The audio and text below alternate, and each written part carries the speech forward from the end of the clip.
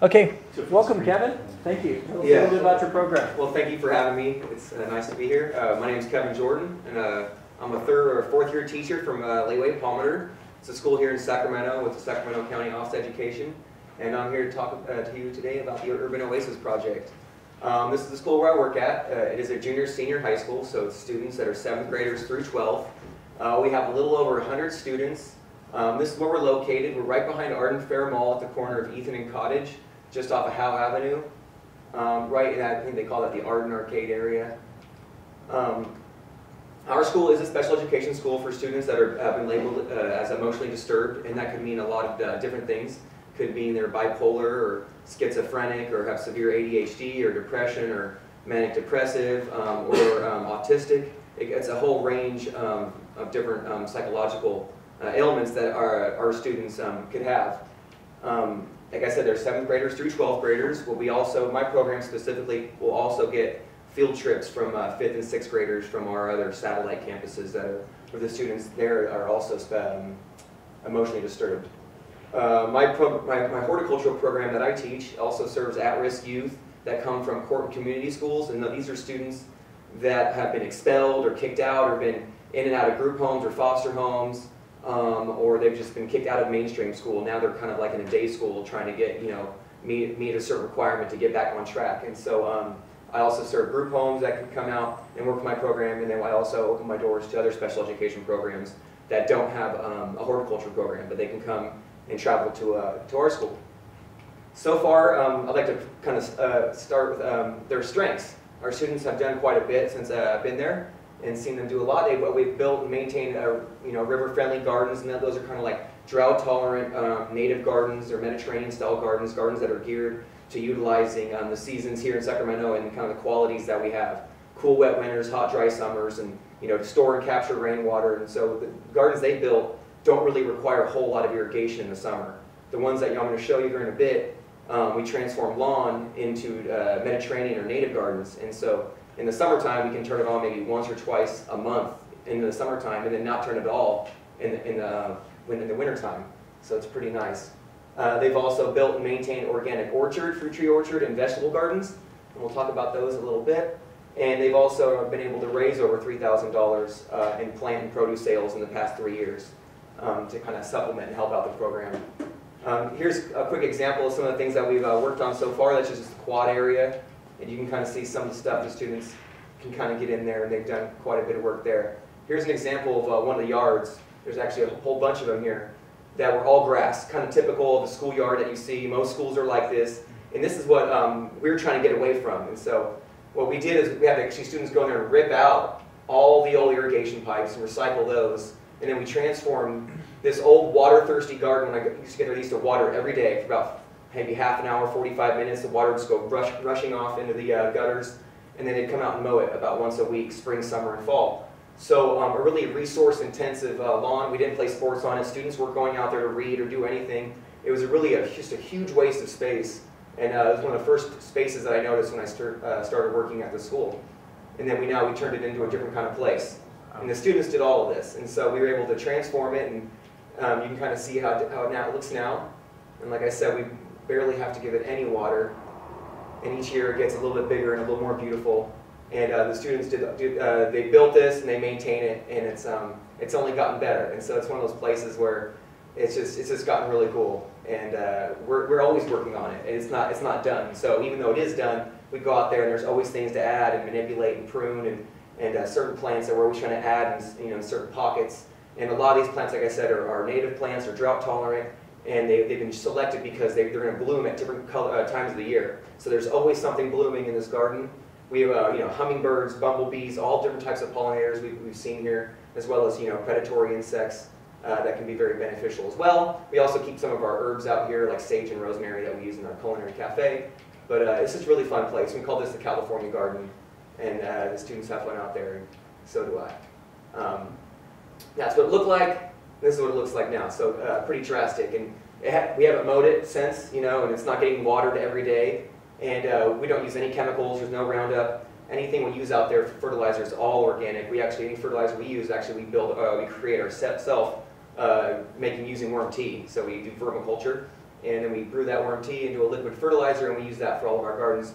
When I got to school, these parking lot beds were pretty typical parking lot beds, dirt, weeds, nothing in there. Students went in there, and from a grant from the county, we were able to get some money and get some plants and really do it up. We've been partnering with SMUD recently, and we just got lucky enough to have the opening of the solar sunflower, and so we're really trying to get our campus, even though we're small, geared to be like science-oriented, you know, STEM, science, technology, engineering, math, all that. Even for students who would normally not be given those opportunities of higher level academics, it should be accessible to all, you know. And so we're kind of gung-ho into that, and so we hope to kind of use different forms of technology in our garden for, you know, fountains and certain features that we can use. Here's the project in hand. This is you can see our farm here in the background that we've built so far, about 20 fruit trees and 10 raised beds.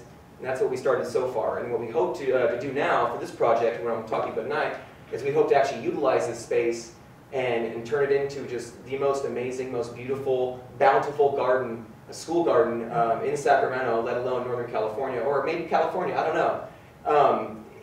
That's what we hope. And so this is kind of what it looks like now. You can see our fruit trees. We planted these a few years ago, and they were just tiny. And now they're huge and thriving, and we're able to pull off fruit. You can see the lemons fruiting in there and ripening in the background. We've got abriums. I think we have 20 fruit trees, but we have 26 different varieties. So a lot of our fruit trees are grafted because you know, many of our students come from areas where they're not really getting access to fresh quality fruit all the time, where it's just not part of their daily routine. And so we want to give them access to fresh fruit, among other things, not just as well as the educational side of it. So you can see we grow spinach and potatoes. We've had a lot of good harvests these last few years. Bok choy right now. Here's the lemons. These are all taken just a few days ago.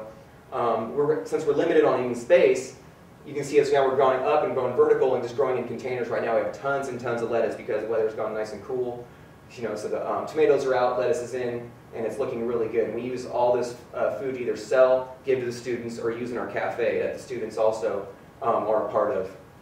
Here's some purple potatoes, these Purple Majesty we just pulled out the other day, some basil clones, and then here's Chef Z, you know, kind of the other side of the coin of where we are, and he runs the culinary side of it, and he's a really big part of what we're doing, and so he's trying to teach the kids, you know, all these different aspects of, you know, business to running a restaurant and all the things they need to know from the ground up all the way through, and so it's kind of nice that we can collaborate in that way because it's kind of like the dichotomy, like, you know, we need to kind of work together, and so it's kind of nice to have them there. So the Urban Oasis Project is our hope to transform what we believe to be an underutilized, water-thirsty lawn into a highly productive and incredibly gorgeous orchard, vegetable garden, and outdoor classroom. And that's our hope, is to take this lawn area that was kind of similar to the front. It looks like lawn, but it's basically just weeds that we fertilize and mow every week and water intensively. And so we would like to just transform that area and make it something different. So here's what it looks like right now. It's about 250 feet long, about 80 feet wide to this garden, and then another strip on the side. You can see it right here. It's a pretty big little spot of grass. We have a brand new little turf area in the front of our school that's fake grass, sadly, that our students are now using that for sports. And then we're right next to a really large park. So we have that where we go and play kind of our sports as well. And so this field has really gone unused, and it gets mowed every week and watered in, you know, huge amounts. And so you can see our garden here. We want to just expand out and just utilize every single inch of that for positive purpose. And so, sorry about all the shade there, but you can see it's a pretty long area, and it's surrounded by apartments and office buildings, a church, and then our campus. You can see this is a hill right here that's exposed, and so we like to actually put more fruit trees along this hill, and then more flowering perennials, a border of flowering perennials pretty much around the entire thing. So not only will it be a garden and a farm where we're getting fruit and vegetables, but it'll just be surrounded kind of like the front garden with flowering perennials that are, so there's going to be a border of kind of native plants and flowering perennials that'll be blooming throughout the year. So here's some pictures I stole off the web. Some blueberries, you know, I mean, literally there's things that we're not giving our students, and there's a lot to be said about, I think, behavior and your psychological well-being and nutrition. You know, I'm not a doctor and I'm not a psychologist, but I would bet my bottom dollar that if you're eating really healthy, you're going to be at your healthiest physically and mentally. And then there's something to be said about that. And so when you have students that are showing up to school, not well fed, and not getting good sleep, and they're unhealthy, and they're not feeling great, they're kind of off. There's a reason to that, and I think, and so it'd be nice if at school, not only are we just giving their daily allowance of food, but the food we give them can be just the highest quality food ever, and hopefully that itself will have a dramatic effect on their learning experience. So out there we go plums, we want to grow blueberries, a lot of blueberries. I mean a lot. I want to put in over 100 different shrubs of blueberries, and there's some varieties that do really well in our warm climate.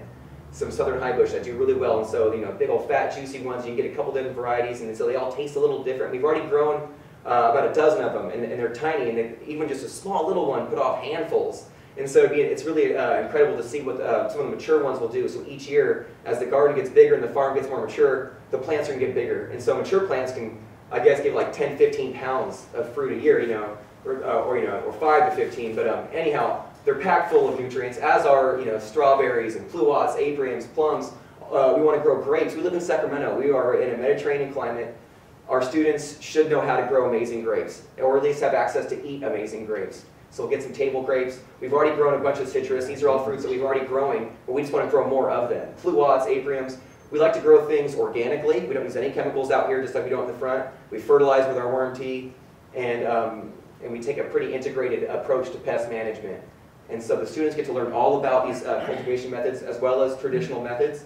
But we want them just to not only have access to this good food, but have the knowledge to be able to produce it, which is kind of nice. And so we also have vegetables that we've been growing. So we want to grow build more vegetable gardens, but we want to build beds that are a little bit higher than ones we have now, because we want to bring students from our other campuses that are wheelchair bound, so that way they can have access to gardening where it's a little more accessible at the heights that they live at. And so, so we want to have our vegetable gardens accessible to all, and have in-ground beds, above-ground beds, and these are all things that we've grown as well. Swiss chard is growing like crazy right now, and that is, even for me being like someone who's really into good food and health, there's so many things that even I'm still eating new, like beets. Who knew how amazing beets were?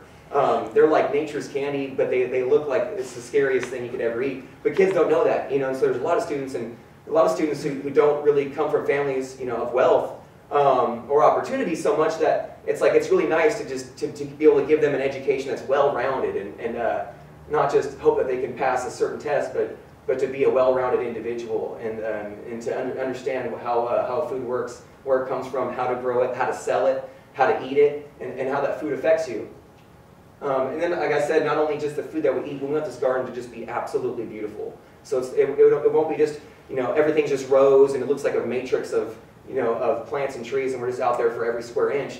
But every square inch is going to be covered in something useful. And a rich border of color, perennials, coreopsis, Santa Barbara daisies, California fuchsias, the salvias, your foothill penstemon, your Spanish lavender, your poppies, and your rosemary, all these things that do really well here, that are in bloom for a long time, that are going to bring in beneficial insects and wildlife.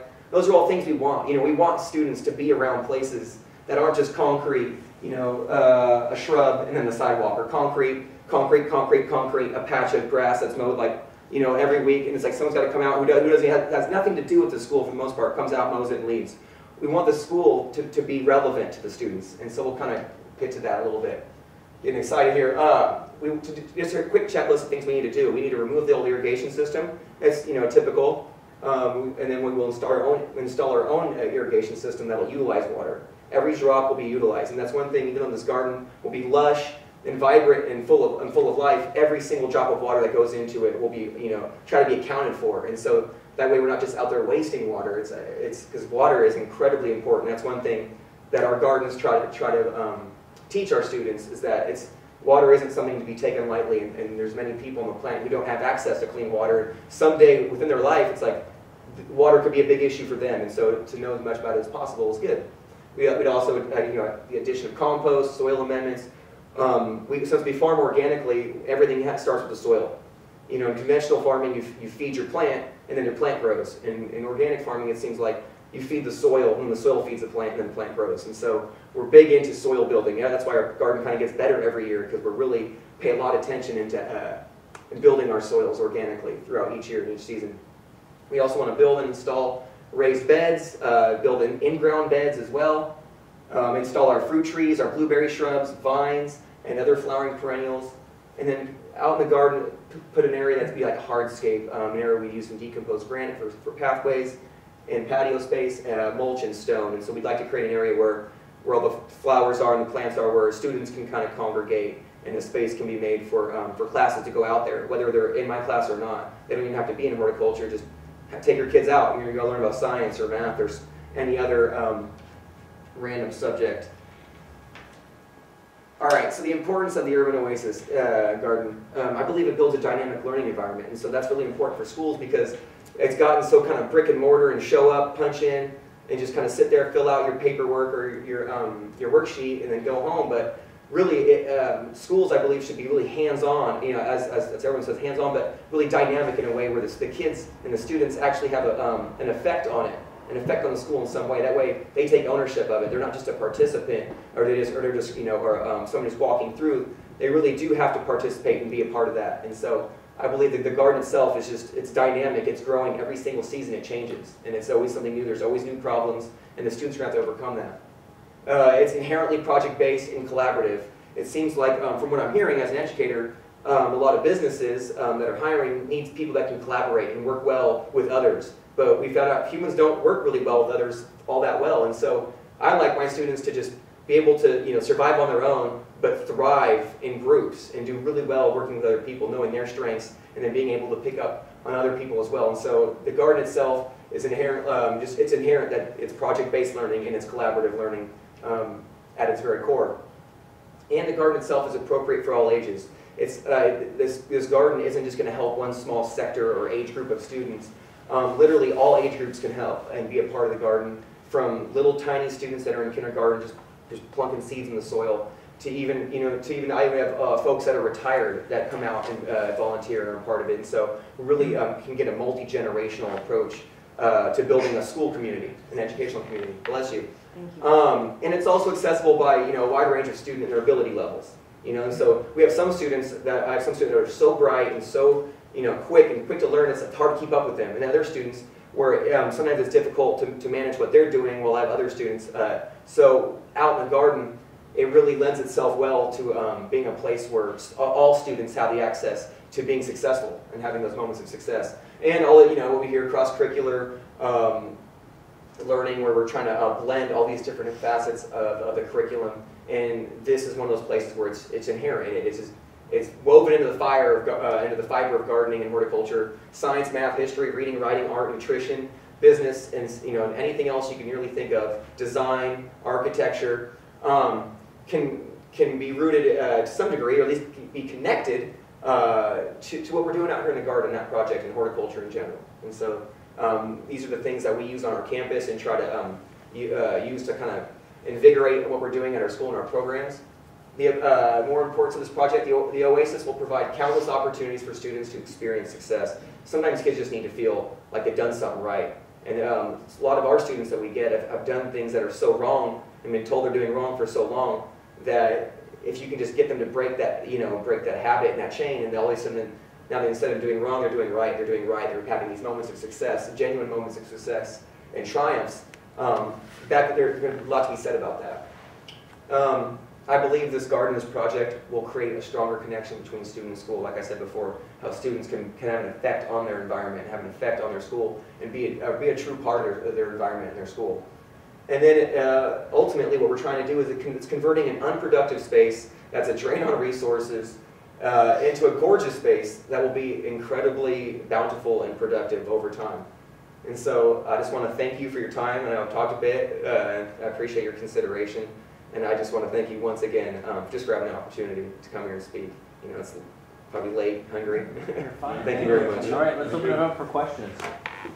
It would be helpful to recap again in terms of the grant that we're offering, and how you would use the dollars from the grant, how you would use in-kind contributions coming from chamber members, and how you would use volunteers. Just kind of recap that again for everybody and on camera. Okay.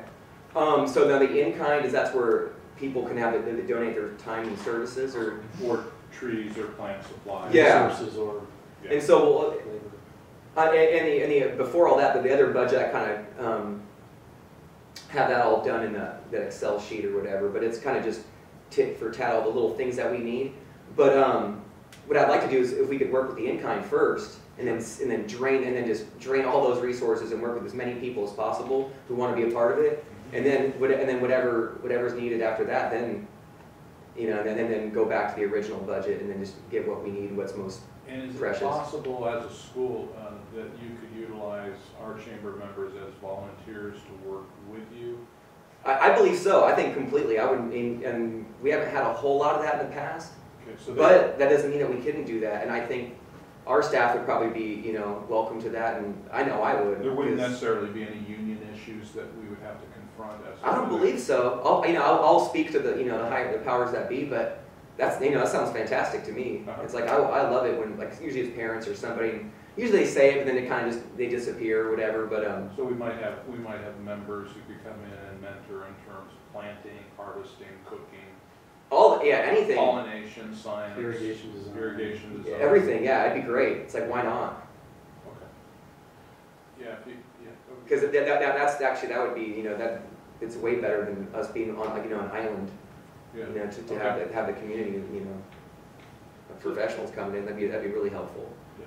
What, kind of two questions. The first one be, if you're not successful with the grant, at least from our operation here, are you partnering with anybody else, or are you looking elsewhere, or what Yeah. happens to this project? This project is going to go on regardless, whether it's just if we're lucky enough to get this grant, then it's going to happen much sooner.